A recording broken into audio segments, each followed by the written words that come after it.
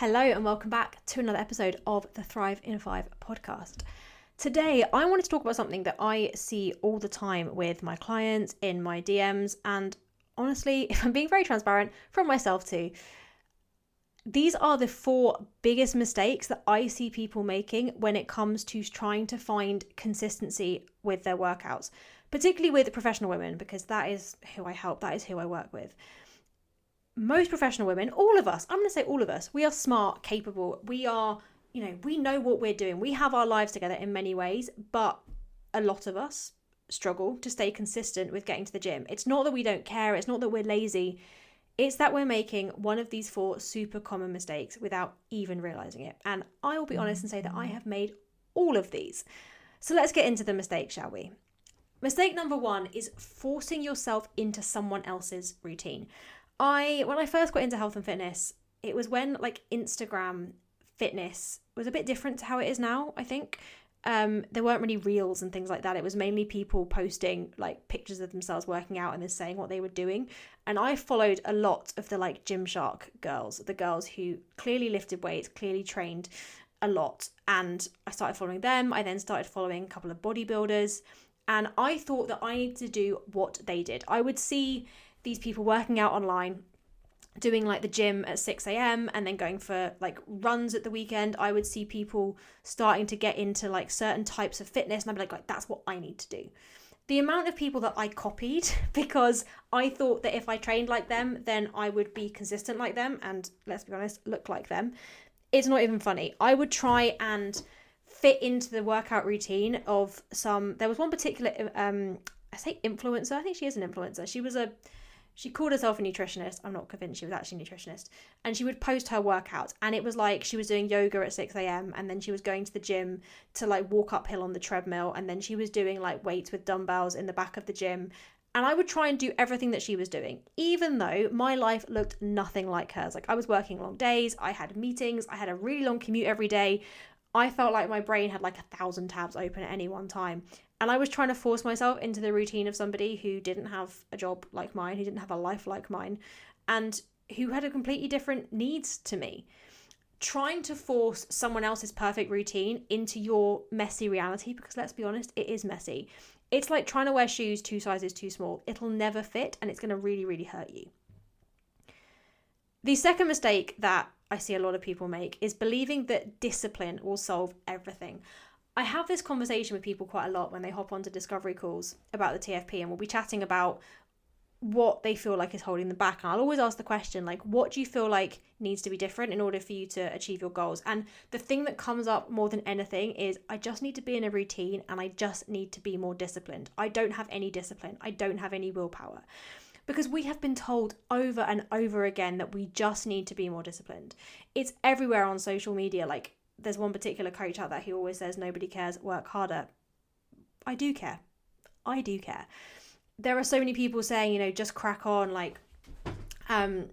all sorts of stupid phrases. But actually, it's not about waking up earlier. It's not about pushing through. It's not about sticking to the plan no matter what. It's not about digging in and gritting your teeth and just cracking on.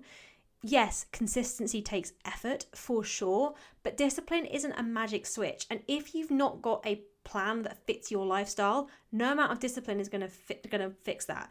If your routine requires you to wake up at 4:30 a.m. or to train at 9 p.m. after a 12-hour day, no amount of motivation is going to make that sustainable.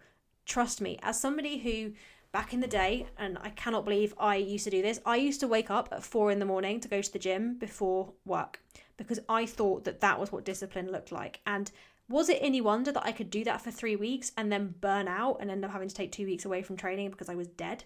Absolutely not, because no one should get up at 4 o'clock in the morning to train at 4:30 to then go to bed at 11 o'clock every night. It was so unsustainable. Discipline is useful. It's a really good thing to have, and it's a good skill to build. Don't get me wrong. It's something that, as part of the More to Life program and as part of how I coach, I will often cultivate in people discipline in terms of being able to adhere to plans and be able to do what you said you would do, which ultimately is my definition of discipline, doing what you said you would do. But discipline is not a fix for a plan that was unrealistic in the first place. The third mistake I often see, I see this so often, is starting too big too fast. So many professional women, I'd argue pretty much all professional women, are perfectionists. And a big symptom of perfectionism is all or nothing. So you decide that you're ready, you're going all in, you sign up for a program, you sign up with a PT or to a gym, and you book in like 5 classes, 5 sessions, and you get your food plan to follow. And then life happens, like you miss one class or you can't make it to the gym one day.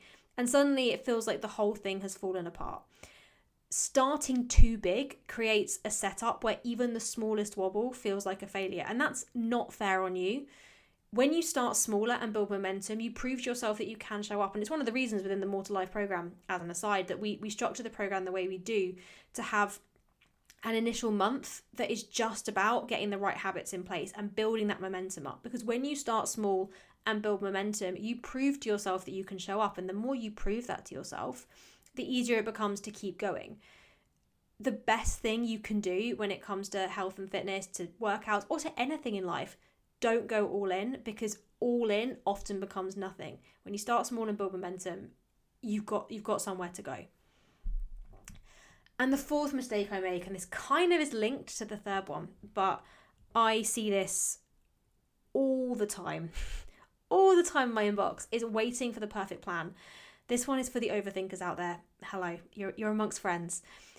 So many professional women are perfectionists, as I say, and that means that we like to get it right. We like the plan to be perfect before we start. We research workouts, watch YouTube, save Instagram posts, have like thousands of reels saved on our Instagram of different workouts we can do. And we're always looking for like the perfect option, the best option.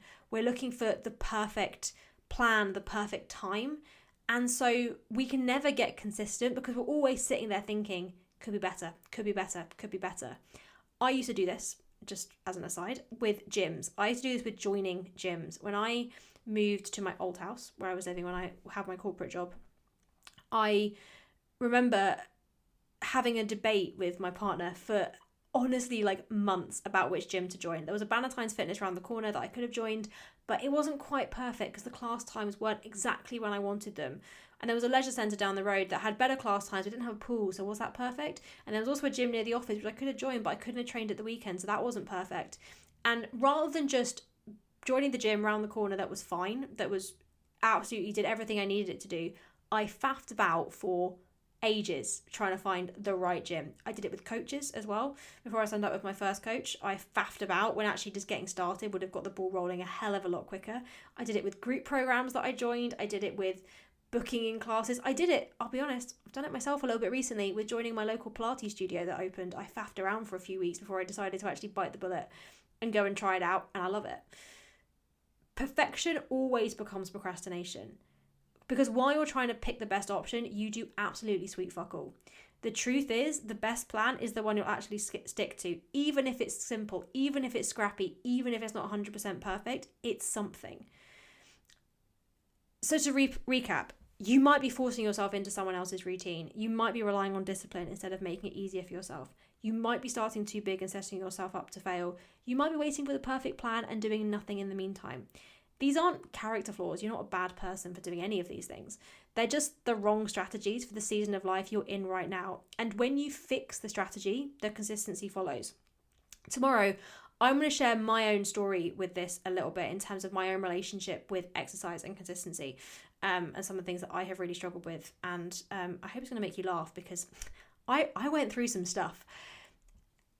Because for me, the day that I stopped trying to fit into someone else's plan and found something that worked for me was the day that my relationship with exercise changed completely. So I will see you then.